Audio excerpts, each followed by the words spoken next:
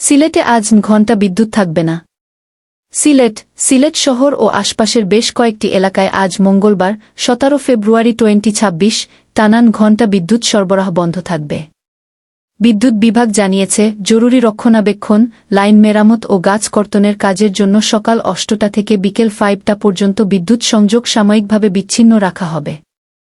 যেসব এলাকায় বিদ্যুৎ থাকবে না: তেলিবাজার, বদিকোনা, ভালকি, ভরাউট, লালাবাজার, নিজগাঁও, টেংরা, বেতসান্ধি, মুন্সিরগাঁও, মুন্সিবাজার, ফরহাদপুর, কারাটপাড়, গাঙ্গাপাড়, মনকুপা, আলমনগর, ছমিপুর ও আশপাশের সংশ্লিষ্ট এলাকা।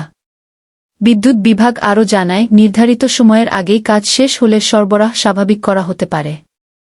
তবে কাজ চলাকালীন লাইনে বিদ্যুৎ আছে মনে করে কেউ যেন স্পর্শ না করেন, সে বিষয়ে সতর্ক থাকতে বলা হয়েছে। এ বিষয়ে সংশ্লিষ্ট এলাকার গ্রাহকদের প্রয়োজনীয় প্রস্তুতি নেওয়ার আহ্বান জানানো